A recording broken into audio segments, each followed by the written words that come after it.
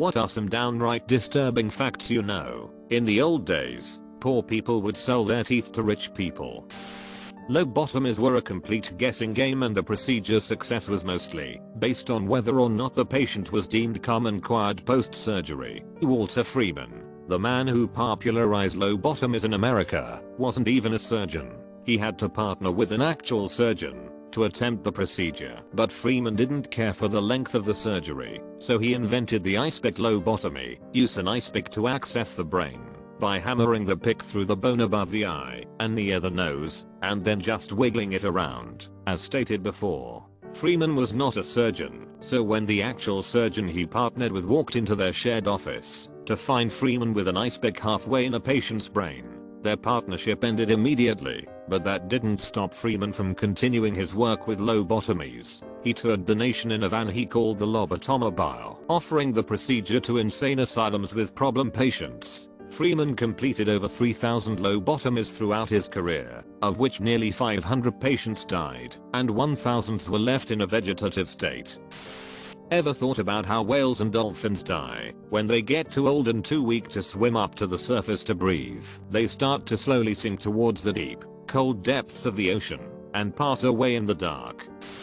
When the German battleship Bismarck went down after hours of constant battering, 1,500 of the 2,000 men crew were able to jump into the ocean. The Royal Navy rescued 500 of them, but left early due to lack of fuel and the threat of submarines. Over 1,000 men were left on the ocean to die, having just survived pure hell. Today the area of the wreck is littered with thousands of leather boots, having once belonged to the crew which died because they were abandoned. The average age of the crew was little over 20 years.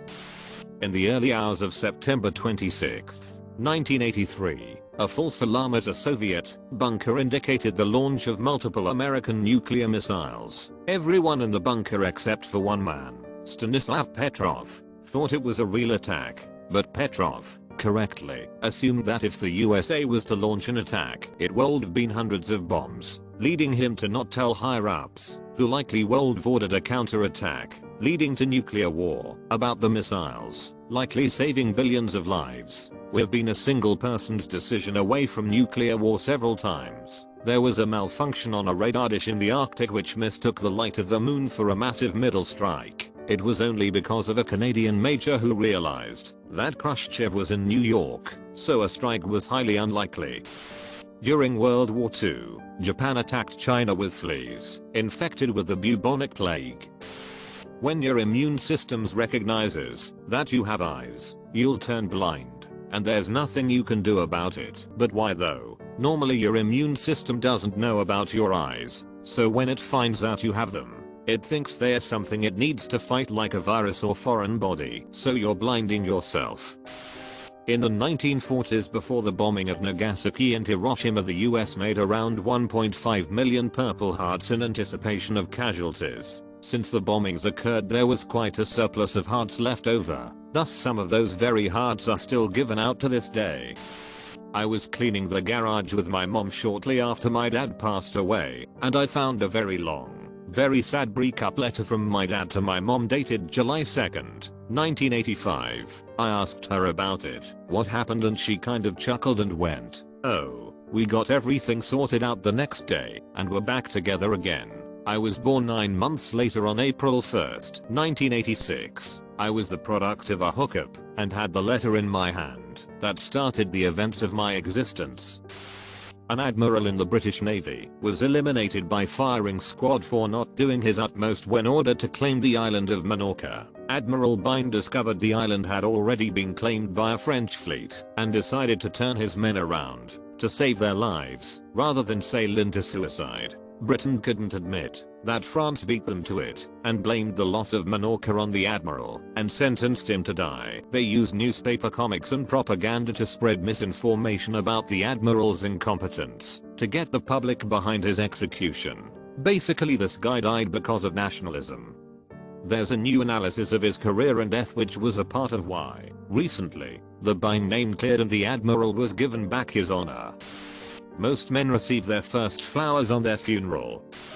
During World War II, Imperial Japan operated prisoner transports known colloquially as hell ships, as the name implies. conditions aboard them were downright atrocious. Prisoners were crammed into steaming hot, unventilated cargo holds to the point that it was basically standing room only. Food and water was incredibly sparse, there were no bathroom facilities, and abuse from the guards was commonplace. Death from starvation, infection, dysentery, dehydration, and so on was common, and more suffered from delirium due to the conditions. Many of these ships were sunk during the war, and oftentimes the vast majority POW cargo would be unable to escape and go down with the ships, the worst being Juni Meru, sunk by the submarine HMS Tragedies with 5,620 POWs and slave laborers, though the Japanese gave no indication that these ships were carrying POWs, and them also transporting soldiers and military equipment made them valid targets.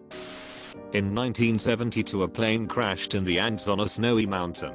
16 of the 45 people, mostly guys of a rugby team from Uruguay, survived there for 72 days. They had to eat the people who died during or after the crash in order to survive. No one knew where the plane crashed exactly, and they were only found because 2 of the guys walked for 10 days over the mountains and down into a valley where a farmer found them. They found a camera in the luggage and took photos of themselves. Most of them are online and you can even see parts of the bodies laying around. I don't recommend looking them up if you're really sensitive. The US government was exposed for illegally spying on its citizens through their webcams in 2013 and no one even really cared or did anything about it. They mostly just called the dude who did it Edward Snowden a traitor. So it's still probably happening.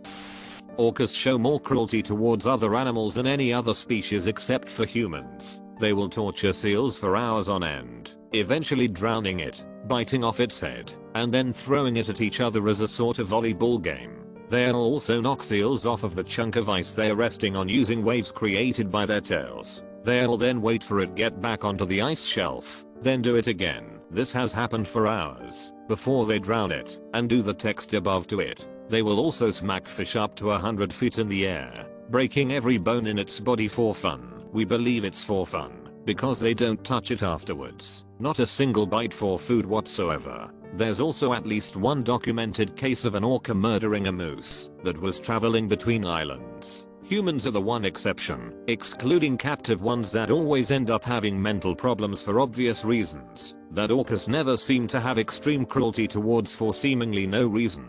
I think it's because they see themselves in us, as we are also monsters. Also there are cases where, if a shark sees a single orca, it will not return to that area for at least 1 year. An adult blue whale's veins are so large that a small child can not only fit, but swim through them, if you make them. The last reactor in the Chernobyl power plant was shut down in the year 2000. There are people in Manila, Philippines who are literally scrounging for food scraps on a hill of garbage to recook and sell it. Locals call it pag, meaning to brush off the dirt. Male squid fertilize female squid eggs by implanting a sack full of sperm into a cavity or oviduct on or near the female's face. Varies by species, for extraction and use later. Females of some species eat and snack on these sperm, so it is in the best interest of the males to bury the sack as deep as possible. That's not the disturbing part. The disturbing part is that there have been multiple instances of people eating calamari sashimi style or cooked, but not cooked enough, apparently, and immediately feeling a stinging sensation in their mouth / cheek / tongue / whatever. It turns out, the squid wasn't entirely dead and it successfully implanted sperm sacs in the person's tongue / cheek / whatever, requiring medical intervention for extraction. I don't eat calamari these days. There is a popular Mexican dish called pozole, and it originated from the Aztecs who used human sacrifice as a protein in the soup. When Spaniards came and conquered, they were no longer allowed to use human meat as the protein, so they switched to pork, which is said to taste the closest to human flesh.